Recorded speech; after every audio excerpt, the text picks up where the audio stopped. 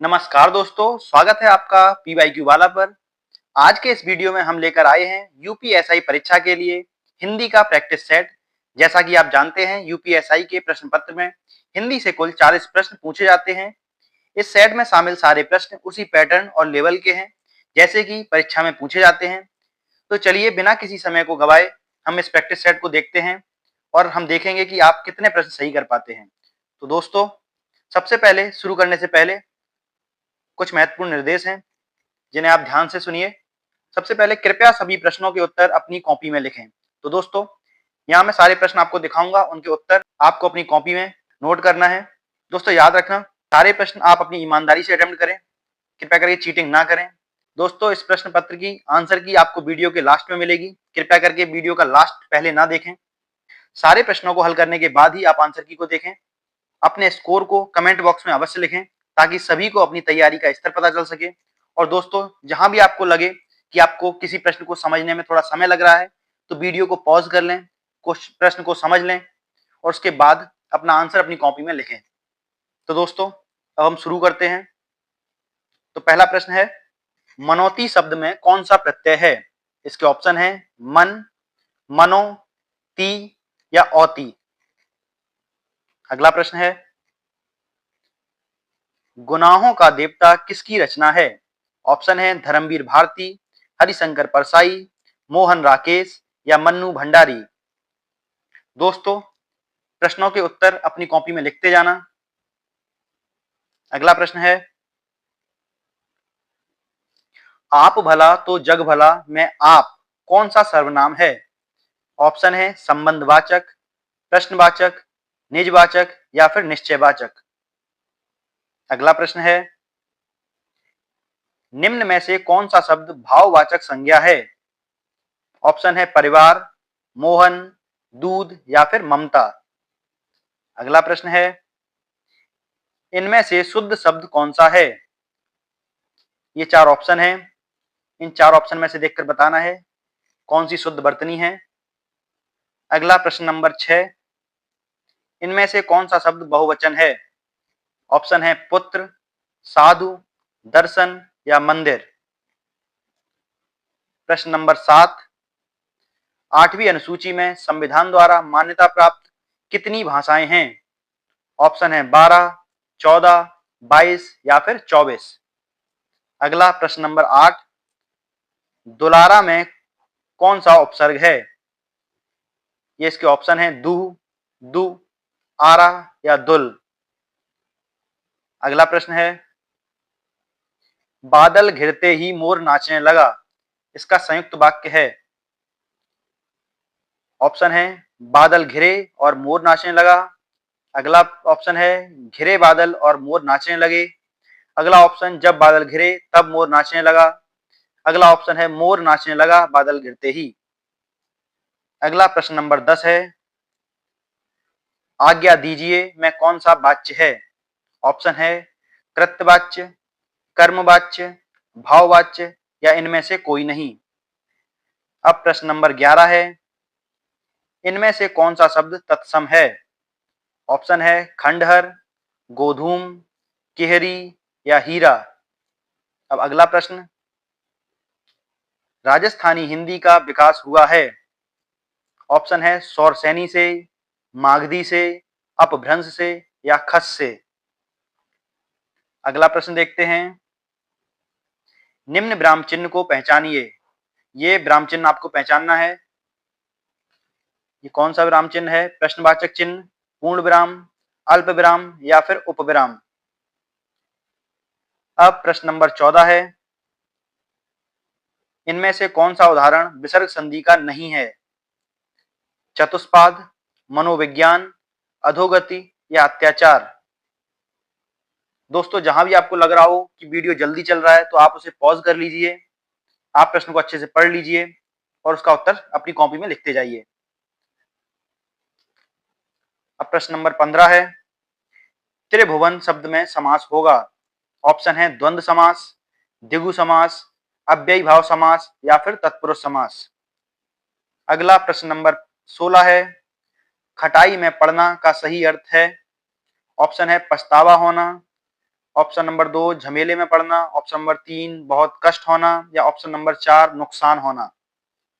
अब प्रश्न नंबर 17 है, जो क्रिया अभी हो रही है उसे क्या कहते हैं?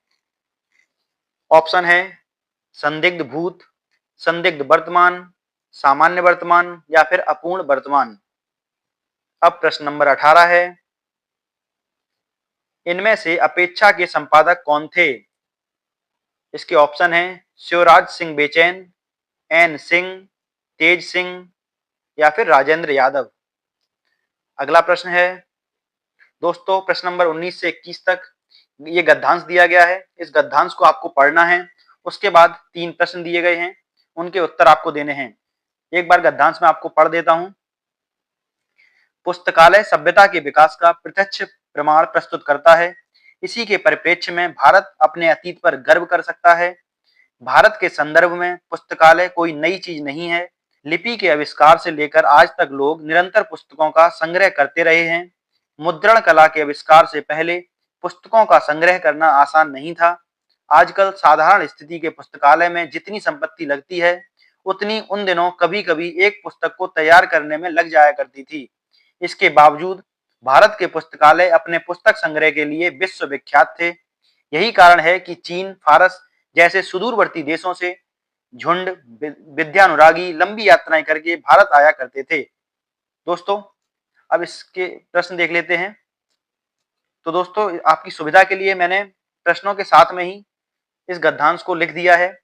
आप वीडियो को पॉज करके पुनः इसको पढ़ सकते हैं और अपना आंसर दे सकते हैं। तो प्रश्न नंबर 19 है, उपरोक्त अनुच्छेद के अनुसार सभ्यता के विकास का प्रत्यक्ष प्रमाण कौन प्रस्तुत करता है? आपके ऑप्शन हैं पुस्तकें, पुस्तकालय, मुद्रण कला, या फिर इनमें से कोई नहीं। अगला प्रश्न है प्रश्न नंबर 20, उचित शीर्षक बताइए। ऑप्शन है पुस्तक का महत्व, पुस्तकालय का इतिहास एवं महत्व, मुद्रण कला की विशेषता, या फिर विदेशियों की भारत यात्रा। अगला प्रश्न है, मुद्रण कला के आविष्कार से पहले क्या आसान नहीं था? ऑप्शन है पुस्तकों का संग्रह करना, लंबी यात्राएं करना, पुस्तकों को पढ़ना, या लिपि का आविष्कार करना। दोस्तों, आप वीडियो को पॉज करके गद्यांश को अच्छे से पढ़िए और इनके उत्तर दीजिए। अब चलते हैं अगले प्रश्न की ओर। प्रश्न नंबर 22, मुक्ति बोध की कहानी संग्रह निम्न में से है। ऑप्शन देशभक्त, प्रायश्चित, सातवीं के बच्चे, काठ का सपना। अगला प्रश्न है, सत्य के प्रयोग रचना के रचनाकार का नाम। ऑप्शन है महात्मा गांधी, जवाहरलाल नेहरू, अज्ञेय, या फिर भीष्म साहनी। अगला प्रश्न है, पुत्र का अनेकार्थी शब्द बताइए। पूत, पुरुष, ईश्वर, या राधा। अगला प्रश्न है, लड़का पेड़ से गिरा में कौन सा कारक है? ऑप्शन है संप्रदान कारक, कर्म कारक, अपादान कारक, या फिर अधिकरण कारक। अगला प्रश्न है प्रश्न नंबर 26, राम अपने पापा को समझाता है, इनमें कौन सा सर्वनाम है? ऑप्शन है निजवाचक, संबंधवाचक, निश्चयवाचक, या फिर अनिश्चयवाचक। अगला प्रश्न है, बिनु पद चलय सुनय बिनु काना में कौन सा अलंकार है? ऑप्शन है विभावना अलंकार, वक्रोक्ति अलंकार, उत्प्रेक्षा अलंकार, या फिर अनुप्रास अलंकार। अगला प्रश्न है, इनमें से कौन सा शब्द विशेषण है? ऑप्शन है कृपालु, ऋषि, योग, या फिर खंड। दोस्तों, अब प्रश्न नंबर 29 है, मैथिली भाषा की लिपि कौन सी है? ऑप्शन है उर्दू, संस्कृत, देवनागरी, या फिर बांगरू। दोस्तों, अगला प्रश्न है, इनमें से कौन सा शब्द तद्भव है? ऑप्शन है हल्दी, क्षीर, तिक्त, या फिर चंचू। अगला प्रश्न है, नीलकंठ में कौन सा समास है? ऑप्शन है कर्मधारय समास, तत्पुरुष समास, बहुब्रीहि समास, या फिर अव्ययी भाव समास। अब अगला प्रश्न है, इस वाक्य का शुद्ध रूप बताइए। मुझे आदेश दी, इसका शुद्ध रूप बताना है। ऑप्शन है मेरे को आदेश दी। अगला ऑप्शन मुझे आदेश दिया, मुझे आदेश दे दी या फिर मुझे आदेश दे दी थी। अगला प्रश्न, प्रश्न नंबर 33, इनमें से किस एक पत्रिका का संपादन प्रेमचंद ने नहीं किया? ऑप्शन है मर्यादा, माधुरी, जागरण या फिर सुधा।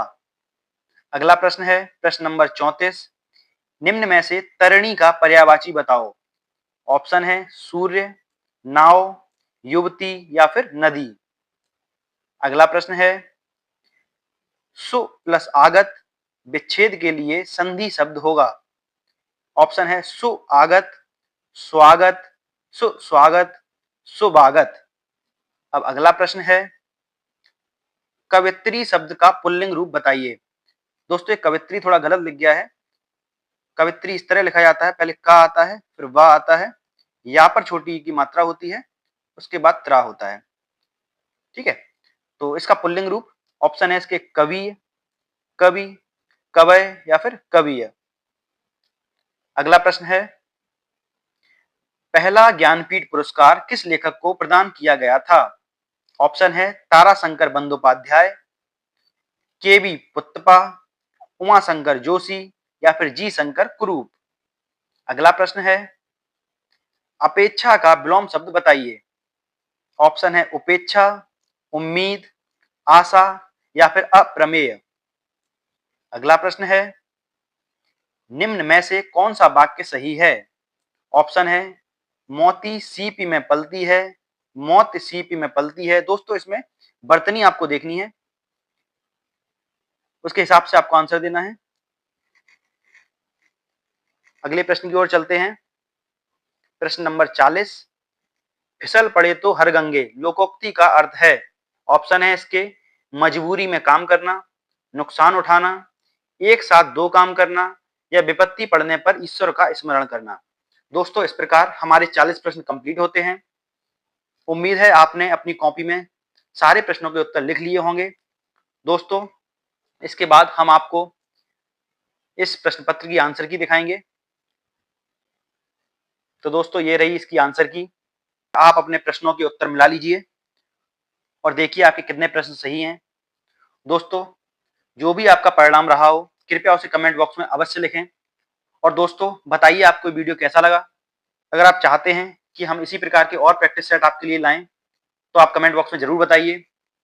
आपकी जो भी प्रतिक्रिया आएगी उसी आधार पर हम अन्य प्रैक्टिस सेट तैयार करेंगे। दोस्तों इस प्रैक्टिस सेट बनाने में काफ़ी सारा समय लगता है, काफ़ी मेहनत लगती है, इसलिए मैं चाहूँगा कि आपकी प्रतिक्रिया अच्छी आए तो फिर हम और भी वीडियो बनाने के लिए मोटिवेट हों। यदि आप इस सेट की पीडीएफ चाहते हैं तो आप हमारे टेलीग्राम ग्रुप को ज्वाइन कर लें, जिसकी लिंक हम अपने डिस्क्रिप्शन में डाल देंगे। दोस्तों उम्मीद है आपको ये वीडियो पसंद आया होगा। आप अपनी तैयारी को अच्छे से करते रहिए। आपको अपनी तैयारी की बहुत बहुत शुभकामनाएं। धन्यवाद।